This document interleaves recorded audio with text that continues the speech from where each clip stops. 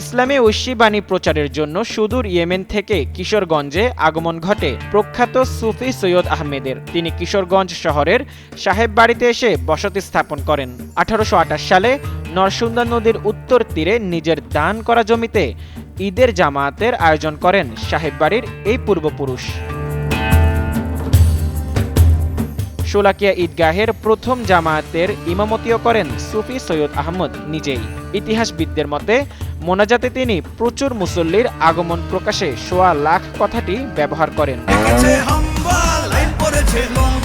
কি হয়েছে? Minister fridge কিনে হাম্বা জিতেছে। মিনিস্টার ফ্রিজ কিনুন, হাম্বা জিতুন, আরো আছে আকর্ষণীয় উপহার।